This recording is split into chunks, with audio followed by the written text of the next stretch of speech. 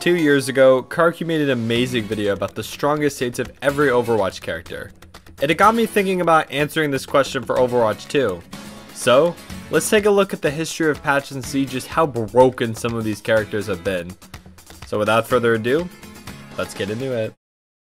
Starting with D.Va, currently D.Va's strongest state has been in Season 11, when she, along with all the tanks, received massive buffs, including her defense matrix going from 3 to 3.5 seconds, her weapon spread being tightened, and micro missiles receiving a big damage per second buff. However, the biggest buff by far was the change to armor, which heavily buffed her because of all the armor she has. This made her super strong. She was nerfed coming into Season 12, but it really hasn't affected her at all. Currently, D.Va is probably the best tank in the entire game by pick rate, and stats wise, this was her current peak. Doomfist on release of Overwatch 2 was terrible, and only OGs remember this, but Doom used to be called a throw pick. Wow, things have changed. Anyways, on December of 2022, Doom received massive buffs to pretty much everything about him.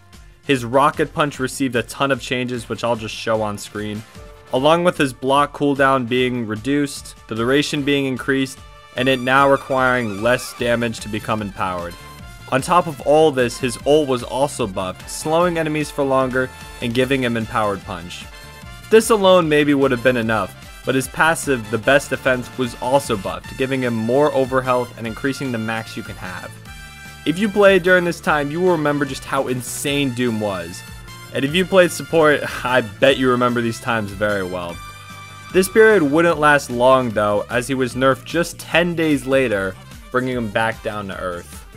For Junker Queen, and you're going to notice this trend with a lot of the tanks, but on release she was pretty bad. She was insane in the beta before Kiri came out, but heading into Overwatch 2's release was pretty bad.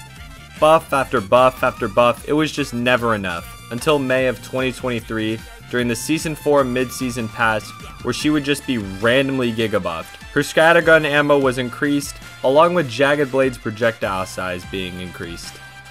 Rampage was also given impact damage, but the biggest one by far was Adrenaline Rush, her passive, being buffed from 1.25 to 2x.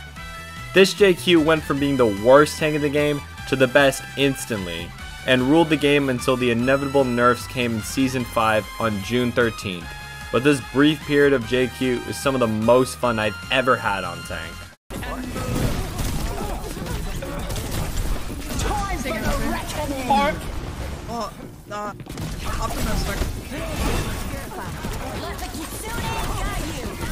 Oh, you're one. Doesn't matter, I have ult again. Help me. Oh my gosh, Creon caught by himself. Alright, I capped this. What the fuck is going on? Guys, I capped this. This character is so fucked up. We all remember Mauga. However, what you might not remember was when he was able to be played during the BlizzCon trial weekend. He was seen as pretty weak in the eyes of the devs, so they decided to giga-buff him. They gave him armor, buffed his overrun, his primary fire, as well as his overdrive and lifesteal passive. Now, my memory of this time is a little shaky, however, in this state, the devs decided to nerf him, lowering his ult duration and nerfing his primary fire. However, apparently he was too weak in the state, so they decided to mega buff him, increasing his armor, reverting the primary fire changes, and buffing his overhealth passive to 60%. Now, I have no idea why they thought this was a good idea, like real shit. If you thought he was too strong after the giga buffs, then nerfed him, why did they pretty much just revert all the nerfs besides the ult and just giga buff him again? Like, actually, why? Everyone remembers Mauga's dominance as he reigned over the game for all of Christmas break, and finally on January 9th, nerfs came in bringing him back down. There was a small period in March of this year where he was buffed again and was insane, but this is still a far cry for how he was in the beginning, making Season 8 his peak. If I'm completely honest, if there was any character that it was difficult to find their peak, it was Orisa. She's had many periods of dominance, however, I think for me, I'm gonna go with Season 6 Orisa. When she was nerfed in previous seasons, she slowly began receiving small buffs. First, her damage was increased from 12 to 13, then her fortified damage reduction was also increased from 40% to 50%, then finally they just decided to press the gas and practically revert all the previous season nerfs that made her broken, and gave her back the extra fortify HP, as well as decreasing her fall off damage. This made her super strong and easily the best tank in the entire game.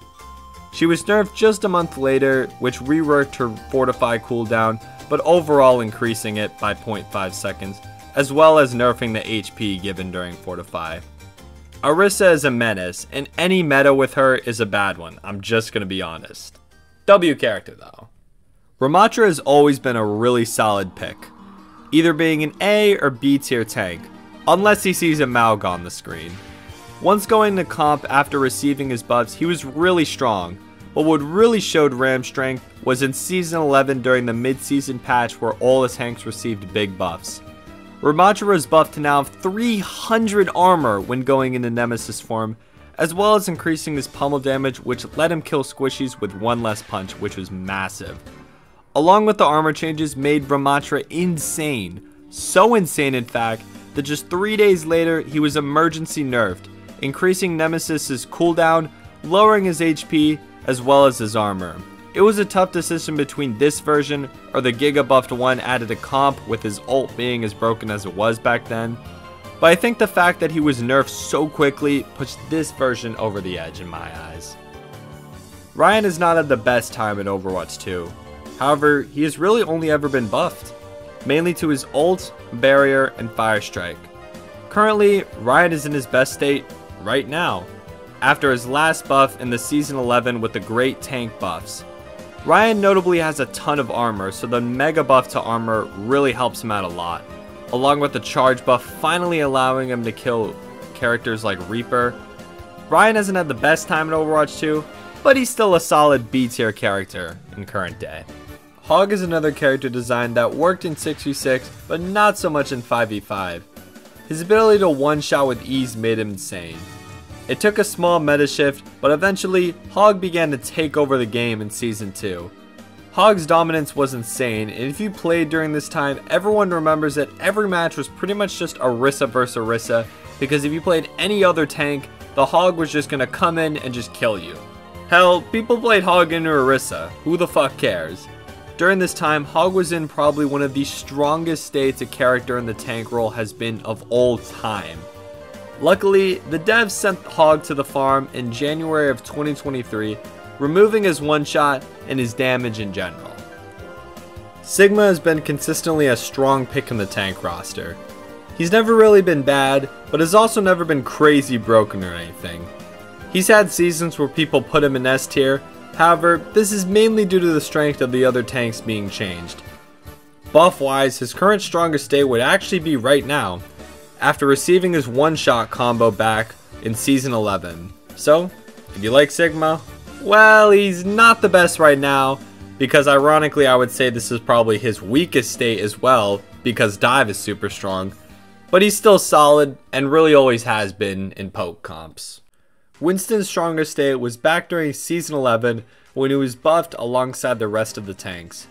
Winston has really never been bad in Overwatch 2, and has really only received buffs. However, in the Hot Picks patch just released yesterday as of writing this, his damage per second was nerfed, making Season 11 his strongest state. Stats wise, Ball is currently his strongest right now, and yes, he is very good right now. However, I think I would put Season 9 as his strongest state. This was before the quote rework he had later, but this rise to dominance was mainly due to meta changes. At the time, Tracer and Zen were insanely busted, which are some of Ball's best friends. This caused Ball to explode in popularity. However, stats wise, Ball is stronger right now, and if specific characters get buffed or nerfed, Ball is this close to taking over the game again, like he did during that brief time in Season 9. Coming into Overwatch 2, Zarya received several buffs in order to compete in the 5v5 format. However, people realized pretty quickly that she was way too strong and quickly became insanely good and arguably the strongest tank in the whole game at the time. This was mainly due to not only D.Va being super good as well, but the fact that her shared bubble cooldown and longer duration allowed her to have bubble ups a lot more, keeping her charge super duper high. The devs were quick though, as she was nerfed just a month later on November 17th, bringing her back down to earth. Now, stats wise, the Zarya that came from the original Season 11 mid-season patch is better than released Zarya. However, the overall power level is much higher during this time. I think that people that played against original release Zarya can really test to her power and dominance during this time.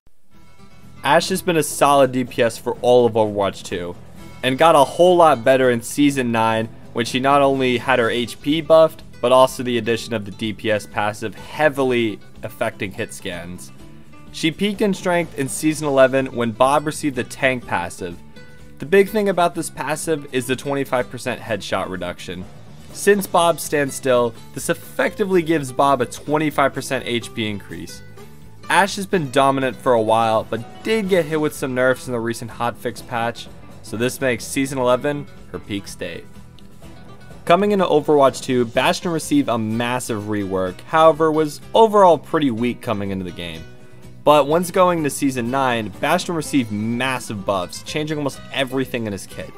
His tactical grenade see a lot of changes, along with his reload time being reduced. His ult targeting speed was also buffed, but the big one was his tank form now repairing 50 armor. This not only buffed his kill power, but his survivability, along with the previous buff that reduced the cooldown from 10 seconds to 12, which is what we have today. These buffs were so massive that Bastion was nerfed in the next 3 patches he appeared in. Currently, Bastion is one of the worst DPS in the game, not necessarily because he is bad, but mainly because of the armor changes nerfing him super hard, as well as D.Va being really good, who is so good into him. Cassidy has maybe received the most reworks out of any character in Overwatch 2 so far. However, his strongest state was on the 13th of February when global health pools were buffed, along with the DPS passive.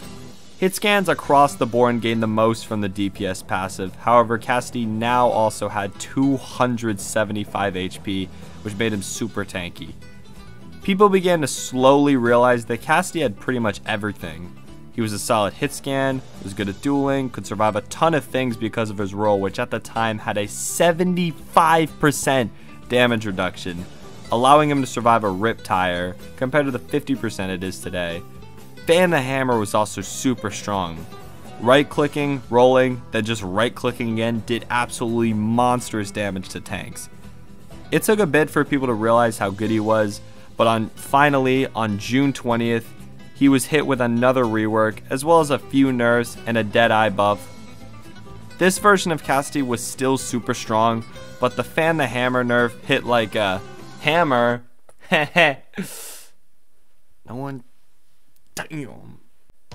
Now, as an Echo main, I'm happy to say that Echo, in my opinion, has been an S, if not an A tier character for pretty much all of Overwatch's history. However, has been pretty underpicked character and has mostly received buffs, with their last buff being on May 14th, buffing her ult multiplier from 4 to 4.5. Echo has been really solid for months, never really being the #1 DPS in the game, but always at least being second or third. However, this came to an end when she was hit with a massive HP nerf in Season 12, reducing her HP to 225. This, well, maybe being justified, hurt her a lot, and is still pretty solid, but has definitely been taken down a peg after this nerf. I think it's really telling that characters like Ashe and Cassidy have been some of the best characters in the game in the last few months, and she has still been able to keep up with them. Poor Genji has had it rough in Overwatch 2. He was best by far on release. Genji benefited a lot from the new DPS passive, which increased reload speed, but more importantly, increased movement speed. This was super strong on Genji, and in combination with Dai being so good, easily made Genji one of, if not the best DPS in the entire game during this period. However, this came to an end on November 17th when Genji was hit with massive nerfs to his primary fire, reducing the damage per shuriken and the ammo. However, what really was the nail in the coffin was the nerfing of the DPS passive, which removed the movement speed after a kill. This killed Genji and started the nerf Genji meme, which still exists today. Hanzo, like his brother, hasn't been treated very kindly in Overwatch 2.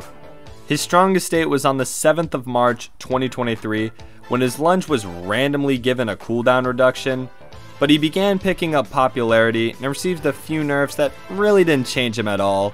However, the one that changed everything was in Season 9 when HP pools were increased, but his damage wasn't, meaning he could no longer one-shot. This killed the character on the spot, and he has been one of the worst DPS in the game ever since. Even with the new recent Season 12 changes allowing him to one-shot a ton of characters, including pretty much every support now, it's never brought him back to his former glory. Believe it or not, Junkrat has pretty much never been buffed in Overwatch 2, and has only really been nerfed or hurt hard by game changes like Season 9 removing his one-shot combo. Junkrat's peak was on release, where going into Overwatch 2, his frag launch and projectile size was increased, along with Steel Trap receiving damage buffs, but then began receiving nerfs just a month later to his Steel Trap, but also would begin later receiving nerfs to his Concussion Mine, hurting his overall DPS.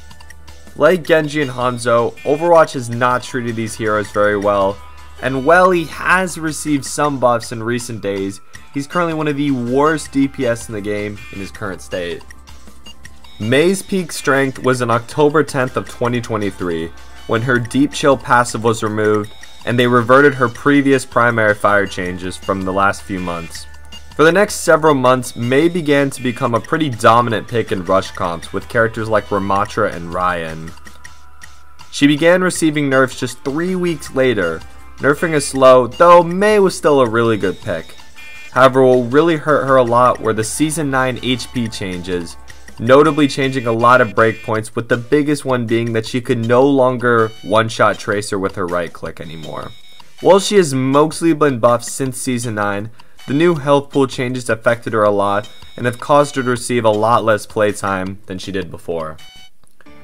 Pharah is very weird with her history, as her peak was when she received a big rework to her kit. However, on launch, people didn't think she was very good. However, in later months, people began to see her strength and realized that she was not just good, but great, and quickly began to take over the game. This is arguably one of the strongest eras of Pharah of all time, and even after receiving a small nerf on July 9th of 2024 to her concussive blast, she was still super strong until finally an emergency nerf patch came in, which brought her HP down to 225. During this time, Pharah was very good with characters like Mauga, who could use his Cardiac Overdrive to give Pharah lifesteal on her ult.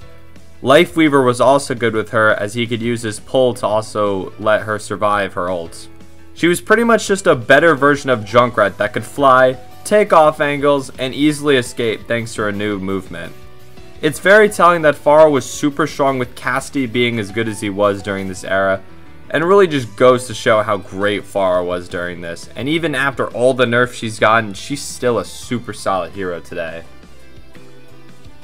Reaper's peak is very subjective, as stats wise he's actually his strongest right now, and actually is seen as pretty strong because of the recent HP nerfs, making Reaper have 75 more HP than most supports, which is just wild.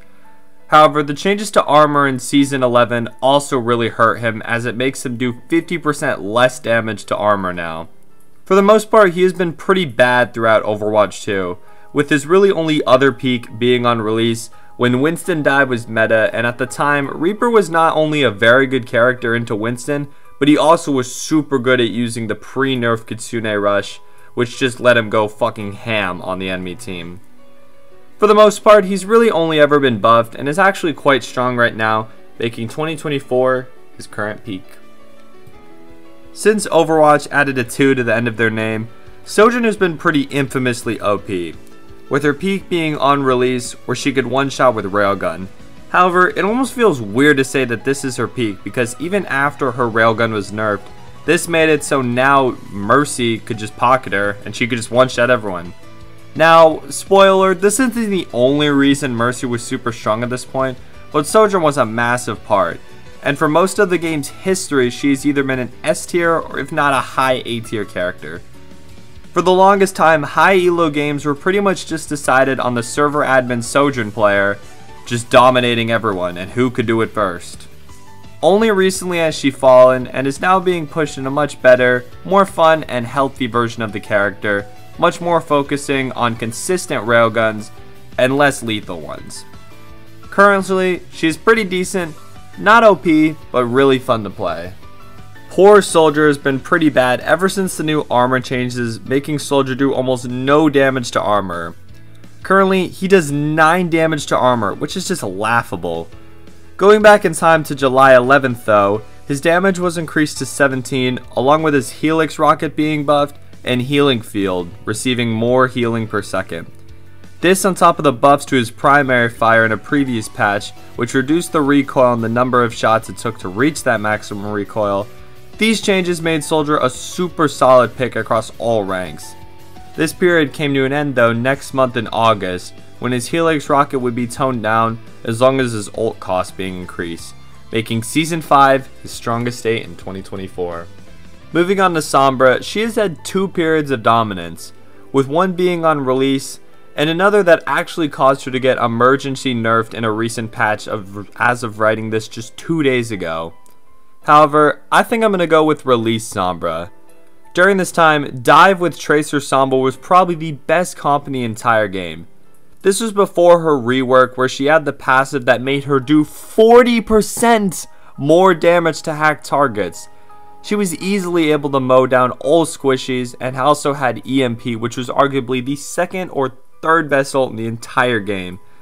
All of this made Sombra a must pick and absolutely insane. This came to an end though in November when her passive was nerfed by 15%, as well as the ability lockout being reduced, making this her peak in Overwatch 2. Symmetra is an awkward character to balance, as she can be super strong on some maps, and then you get Junkertown and you can never touch her, despite what my Gold 3 DPS players seem to think. Her peak though was definitely during the small week Malga was broken again on March 11th during the Season 9 mid-season patch. Her damage was heavily increased, now maxing out at a wild 195 damage per second. Her TP also received HP changes, but the big one was the turret buff, now making them do more damage, but more importantly, no longer dying to quick melee. This made her insanely strong, and she was ruling the game along with the other Giga buffed character Malga during this weird period. However, the devs quickly corrected their mistakes by nerfing her along with Malga just a week later, bringing her damage back down, and the turrets now being able to be killed by quick melee. Thank God. Torb has been in a weird place in Overwatch's history. He's never really been bad, but also never really been the best character in the game or anything. This is mainly due to his nature of being a heavily defensive character, with niches against characters like Tracer or Dive in general. Otherwise, I would say his peak was probably on release. While most of his stats have been buffed since then, it's been accompanied by several turret nerfs, which is his core strength. This period came to an end on February 7th, 2023, when he received his first of many turret nerfs. Even though his power has been shifted around a little bit, he's mostly stayed again a B to low A tier character, going up and down depending on the current meta. Tracer is arguably the highest skilled character in the entire game, and has mostly been nerfed over the years as a result of players getting better. Tracer's peak was on release of Season 9, which is very surprising because me and many others thought Tracer would be much worse as her damage wasn't increased with the HP pools going up. However, the DPS proved it didn't matter.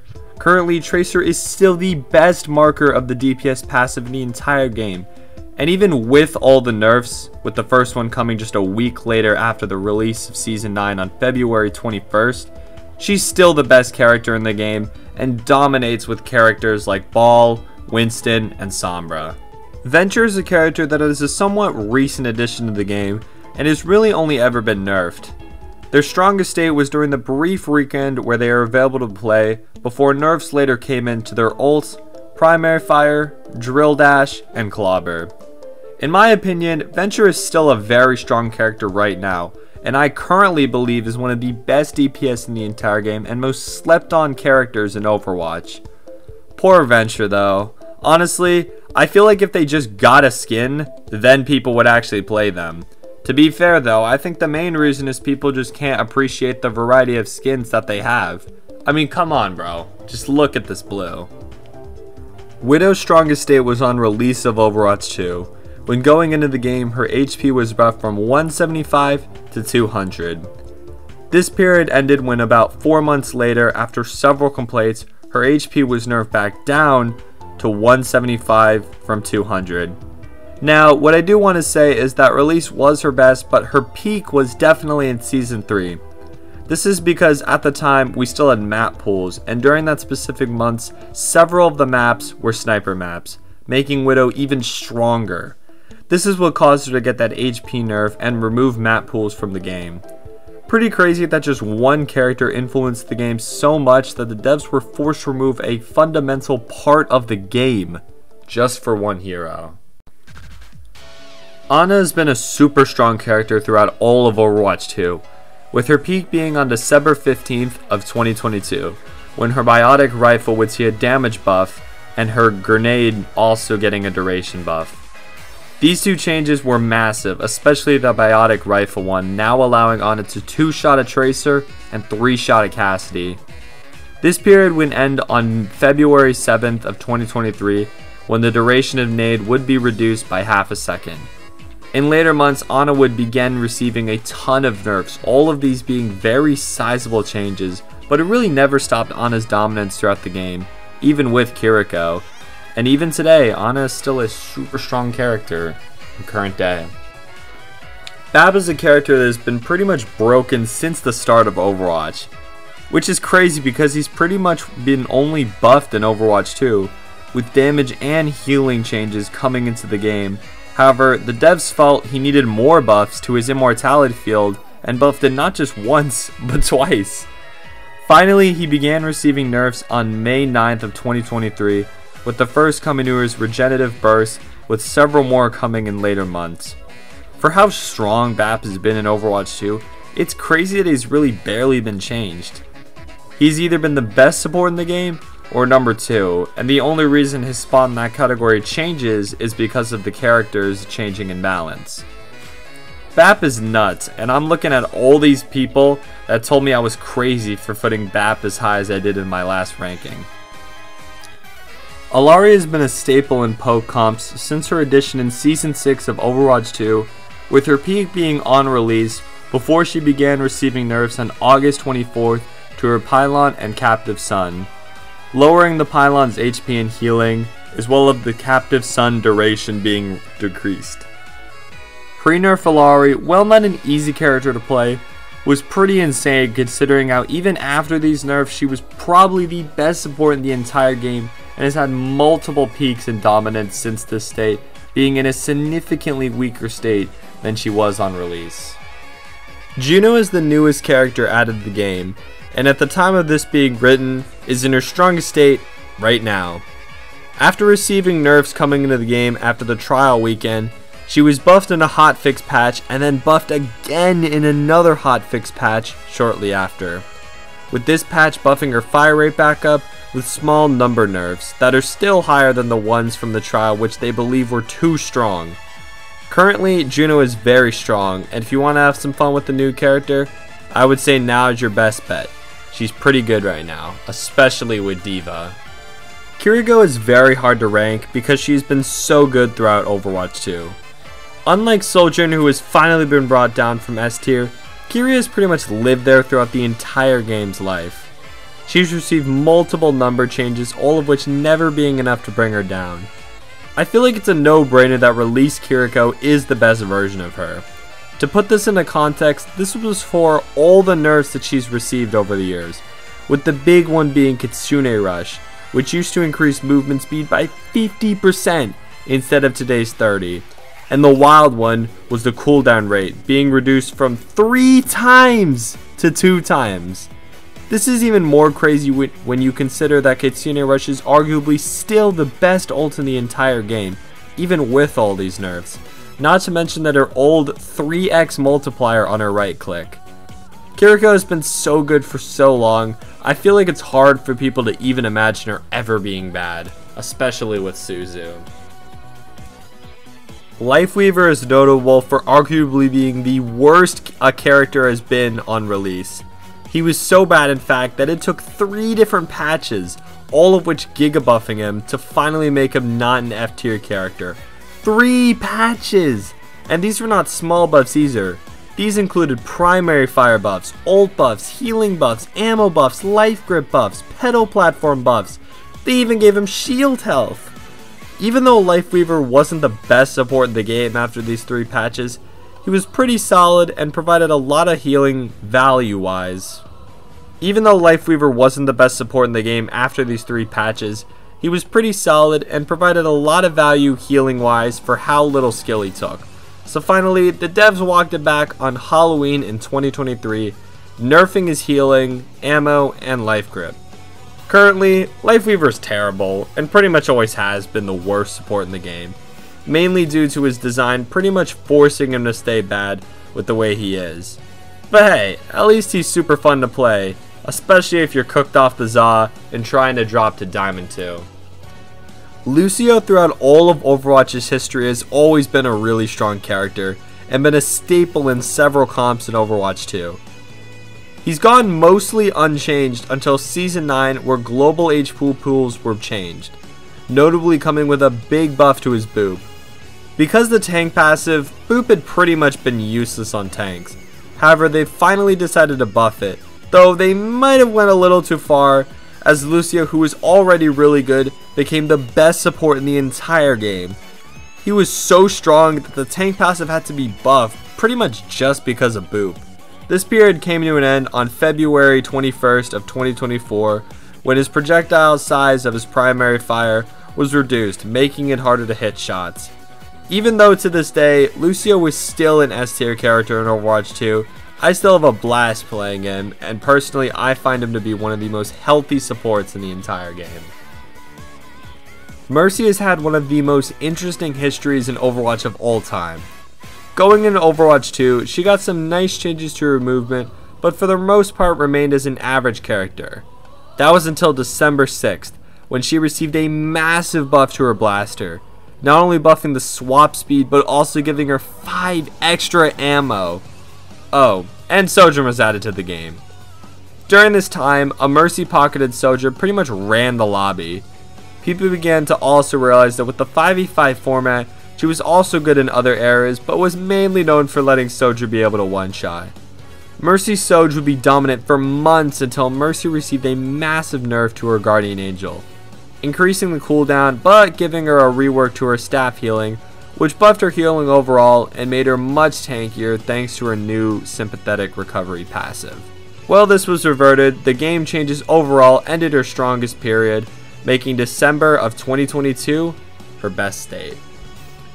Moira is known as what Clash Royale players would dub it a mid-ladder Metis, mainly used in lower ranks because of her lack of aim and ease of skill. For the most part, she has never seen too much play in higher ranks. Not because she is bad, but mostly due to her being outclassed. In Overwatch 2, she has really only ever been buffed. However, her peak was in Season 9 when global HP pools were changed. Moira's damage and consistency were great in this early meta, and she was quite popular. However though, as time went on, she began to drift back down to silver, but was hit with a pretty hard nerf in Season 12, where her HP was nerfed, with the damage buff really not giving her enough, making this her peak in power. Finally, we have Zen. In the 5v5 format, Zen has been pretty controversial, as Discord Orb is super powerful on one tank. However, his peak in power was in Season 9 when he received 25 extra HP and 25 extra shield as a result of the Season 9 HP pool buffs. This put Zen at 275 HP compared to most characters' 250. This extra tankiness was insane and made Zen become the best character in the entire game during this time. A comp that has almost never been good but was insane during this time was Zen Lucio Ball. This did not last long though, as he was emergency nerfed just a week later, reducing his HP as well as his kick knockback. Currently, Zen is terrible, I'm gonna be honest, and really needs some help, hopefully in the Season 12 mid-season patch. Damn, that was a long video. Probably my longest to date. This video took an insane amount of time to make. So if you liked it, please subscribe. And let me know what other videos you want to see. That's all I got, so take care y'all, and I'll see y'all later.